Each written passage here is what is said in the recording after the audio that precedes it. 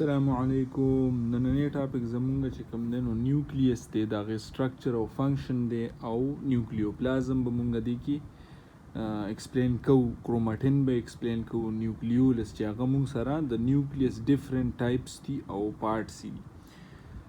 مطلب نیوکلیس کې دننه چې کوم دی دا درې ټایپس مونږ سره موجود وي، دا درې شیزونه یا ځایان دي. دا نو ړومبی چې کوم دی مونږ وایو چې نیوکلیس کوم ځای دی، نو نیوکلیس مونږ سره پوره په سنټرل کې یو سفیریکل شیپ کې ممبرین باونډډ او لارجسٹ سیلولر آرګینیل ده. صحیح شو. د مونږه نننی ټاپک په نیوکلیس دی. که تاسو نیوکلیس پوره اورېدل غواړئ نو زما ویډیو تر اخره پورې وګورئ. ها، ممبرین باونډډ آرګینیل ده. لومبی خبره membrane bounded organelle او largest organelle of the cell.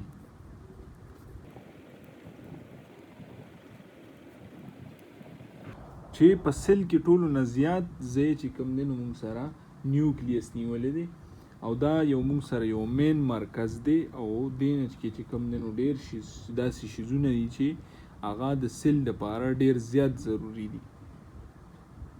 اوس مونږ وایو چې سیل کې کله نیوکلیس وي نو هغې ته مونږ یوکریاټک سیل وایو.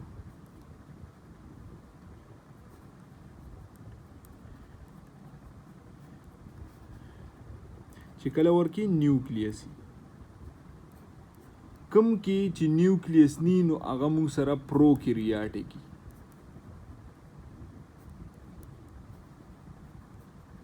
لکه څه کوم یو سیل پلیټلیټ سیل شو،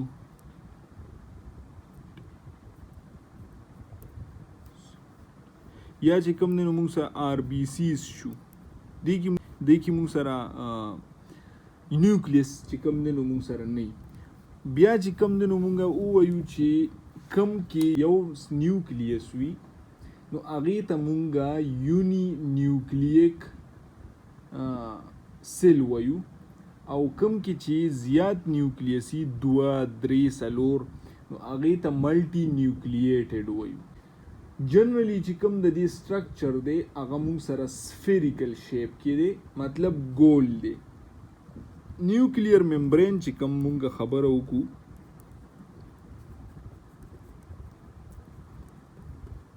موږ ووایو چې دا ممبرین باونډډ دی. نو د ممبرین چې کوم د دې نیوکلیس دی هغه موږ سره ډبل لیر دی، ډبل لیئرډ ممبرین دی. او دې کې دننه چې کوم دی نو موږ سره دا درې شیزونه چې کوم دي، نیوکلیوپلازم شو، کروماټین شو، نیوکلیولس شو، دا درې چې کوم کمپوننټس دي دا موږ سره په نیوکلیر ممبرین کې او په نیوکلیس کې دننه موجود وي. نیوکلیس ممبرین چې کوم دی موږ ووایو چې ډبل لیر ممبرین دی، او د دې اوټر ممبرین چې کوم دی هغه موږ سره انډوپلازمیک ریټیکولم سره چې کوم دی کنټینیوس دی یا کنیکټ دی ورسره. او د بټوین د ټو لیئرز، مطلب د انر لیئر او د اوټر لیئر هغه چې کوم دی نو موږ سره د ممبرین آف یا د انډوپلازمیک ریټیکولم چې کوم ممبرین دی نو هغې سره کنټینیوس دی، مطلب لګېدلی دی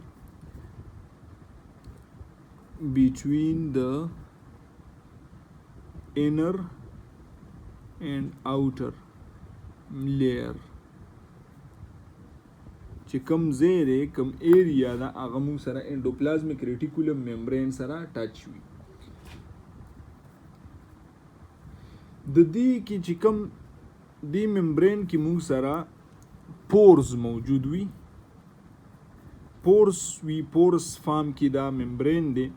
هغه پورز باندې چې کوم دی د سایټوپلازم او د نیوکلیس په مینس کې چې کوم کمیونیکیشن دی د سبسټانس دننه تلو بهر راتلو او د ویسٹ پراډکټ یا چې کوم د جینیټک کوډز دننه بهر کېدل کنه دا چې کوم کمیونیکیشن دی نو دا په دې پورس باندې کیږي او د پروټینز چې کوم دغه دی مونږ سره دننه بهر کېدل دي یا دننه چې کوم دی نو انرژي ضرورتي نو چې کوم ارس کیږي هغه په دې پورس باندې چې کوم مونږ سره 80 نواله تر 100 نینومیټر پورې د هغې ډایمیټر دی. صحیح شو. اوس مونږه د دې چې کوم 3 کمپوننټس دي کې مونږ نن چې کوم دی نیوکلیوپلازم وایو او د نیوکلیس پارت 2 چې کوم دی هغه به مونږ سبا ایکسپلین کوو د هغې کروماټین او د هغې چې کوم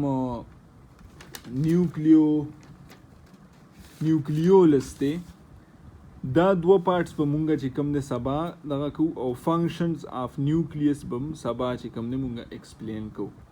نو لومبی چې کوم دی مونږ سره کمپوننټ هغه نیوکلیوپلازم دی.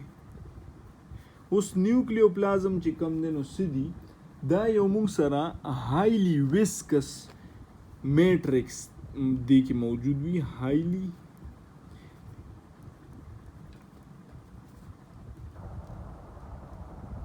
فلویډز دی دا نیوکلیوپلازم چې دا مونږ سره یو ګراوند سبستانس جوړي مطلب د سایټوپلازمیک فلویډ غونتی یو فلویډز دننه په نیوکلیس کې موجود دی چې هغه مونږ سره یو داسې انوایرمنټ جوړي چې هغې کې مونږ سره کروموسوم او کروماټین او نیوکلیولس چې کوم دغه مونږ سره موجود دي سبسټانسز دا د هغې نه سراوند دی او کروماټین او نیوکلیولس چې کوم دی په دې کې فلوټینګ کوي. بل چې کوم دی نیوکلیر میټرکس چې کوم دی مونږ سره جوړی یو فریم یا یو سټرکچرل فریم ورک. سټرکچرل فریم ورک څه دپاره؟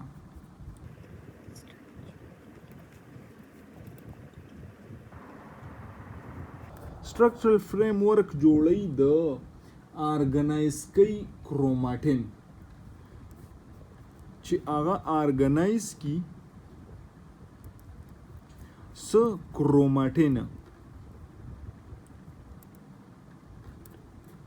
صحیح شو. کله چې دا کروماټین مونږ سره آرګنایز شي او مونږ سره سالوبل لیکوډ پارت آف نیوکلیوپلازم چې کوم دی هغه مونږ سره نیوکلیر هیلوپلازم وایي. نیوکلیر